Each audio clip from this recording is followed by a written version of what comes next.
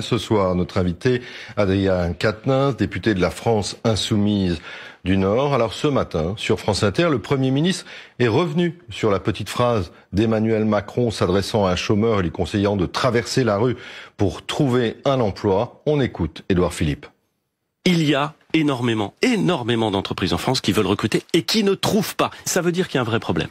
Il a raison de dire, nous avons raison de dire que le retour à l'activité, c'est la solution pour plus de prospérité dans notre pays, et que ce retour à l'activité, il passe par le fait que on arrête d'enlever, on enlève les freins qui permettent de retourner vers l'activité. Adrien Quatennens, est-ce que finalement le président et le Premier ministre ne disent pas tout haut ce que beaucoup de Français pensent tout bas? Ça peut-être, mais charge à nous de faire la démonstration que ce qu'ils pensent et ce qu'ils disent n'est pas le bon diagnostic. Quelle est la situation de l'emploi dans notre pays? C'est une situation où en moyenne, en équivalent temps plein, vous avez un emploi non pourvu pour 40 chômeurs. Ça veut dire que même si on applique ce qu'Emmanuel Macron appelle de ses vœux, c'est-à-dire mettre tout le monde dans une case vide, vous avez de toute façon encore une masse considérable de chômeurs. Donc la question qui se pose est prise par le mauvais bout. Quelle est la responsabilité d'Emmanuel Macron et des politiques qui sont menées depuis avant lui dans la situation de l'emploi dans notre pays? Pourquoi il ne peut pas y avoir de retour à l'activité dans notre pays? Parce que, en gros, la politique de l'emploi en France que poursuit Emmanuel Macron, plus durement que ses prédécesseurs, se résume en peu de mots. Diminuer les droits des travailleurs, déréguler le marché du travail, alors qu'il n'y a pas de corrélation entre le contenu du droit du travail et le niveau de chômage, et exonérer de charges, comme ils disent, de cotisations des entreprises. On voit d'ailleurs, à l'issue de ces 15 premiers mois à peu près d'Emmanuel Macron, que il n'y a pas d'effet positif pour l'emploi. Et à côté de ça, moi je vous le dis, la France Insoumise, parce que nous sommes pour le partage des richesses et donc le pouvoir d'achat, et aussi parce que nous proposons la planification écologique, nous sommes le mouvement des carnets de commandes remplis. Et je pense que c'est plus important les carnets de commandes que le droit du travail. Et beaucoup d'entrepreneurs vous le diront. La France Insoumise propose une relance de l'activité. Et ça, c'est prendre le problème. Emmanuel Macron devrait juste se rendre compte, je conclus là-dessus, que plutôt que de s'attaquer aux chômeurs, c'est bien au chômage qu'il faut s'attaquer. Adrien Quatennens, à propos de pouvoir d'achat, le Premier ministre ce matin a exonéré 300 000 retraités de la hausse du CSG en 2019. Puis il a dit les retraités comprennent ma politique. Vous êtes d'accord avec je pense qu'il tire des conclusions avant. Il dit les retraités comprennent parce qu'il a envie d'y croire qu'ils comprennent. Mais les retraités comprennent surtout que pour le moment et depuis le début de ce quinquennat, Emmanuel Macron leur fait les poches. Alors ils apparaissent pour lui comme ceux qui peuvent le faire le plus d'efforts, mais en l'occurrence, toute la politique budgétaire du gouvernement a été de redistribuer toujours plus d'argent à ceux qui tiennent le plus de capital, et les retraités, eux, ont été durement tapés au portefeuille. Globalement, d'ailleurs, ce gouvernement attaque. Mais je pense pas qu'on puisse honnêtement et raisonnablement considérer que quand on a 1200, 1300 euros de retraite, on est privilégié. Donc là, qu'est-ce qui se passe? C'est que le gouvernement, dans une rentrée qui est finalement assez chaotique, faut le dire, voit bien qu'il y a des échéances électorales qui arrivent, et que comme ce sont les premières échéances électorales depuis l'installation d'Emmanuel Macron et de cette majorité au pouvoir, de fait, et nous allons appeler à faire ça, ça va être aussi l'occasion de sanctionner leur politique. Qui plus est d'ailleurs, tout ce qu'ils font, c'est directement voulu par la Commission européenne. Donc voter contre la politique d'Emmanuel Macron au mois de mai 2019, ou voter contre l'Europe de ses traités particuliers, c'est faire une seule et même chose, et donc les retraités vont avoir l'occasion de faire en sorte qu'Emmanuel Macron se rappelle à leurs bons souvenirs dès le mois de mai 2019. Gilles Bornstein. Adrien Quatennens, est-ce que pour vous la demande de la justice d'une expertise psychiatrique pour Marine Le Pen est une décision politique?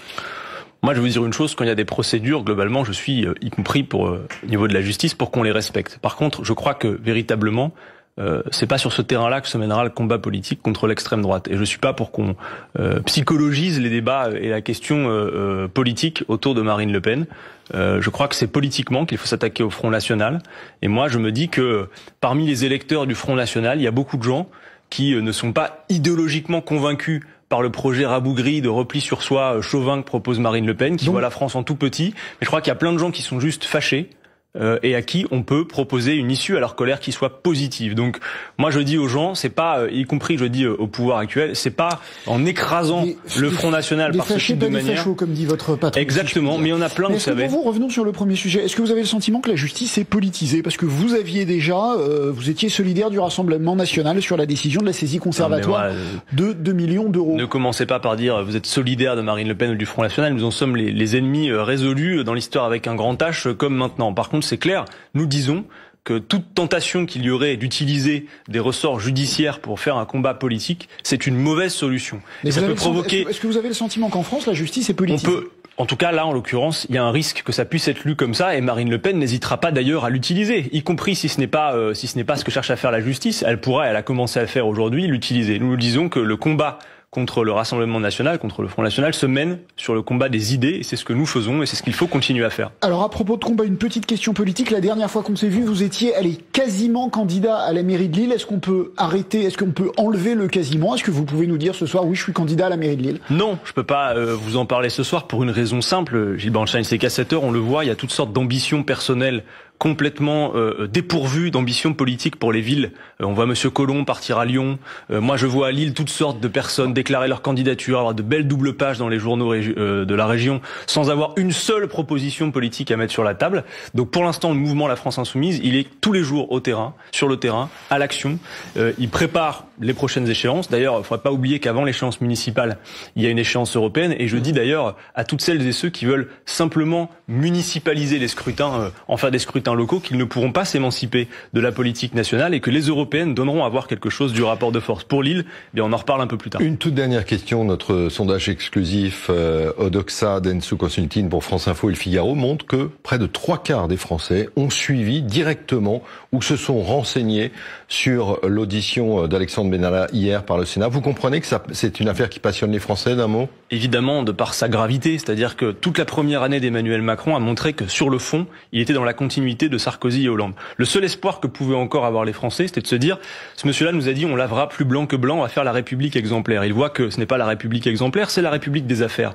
Donc cette affaire a achevé de convaincre que la Macronie était en décomposition. Et évidemment, les gens ont suivi ça avec intérêt, parce que apprendre qu'un proche collaborateur du président de la République se sent autorisé de se déguiser en policier pour aller taper sur des manifestants, forcément, ça sème. Vous savez, les Français n'aiment pas les passe-droits. Ils aiment pas quand on se sent au-dessus des lois. Mais pourtant. Donc Merci forcément, beaucoup, ça passionne. Adrien Quatennens.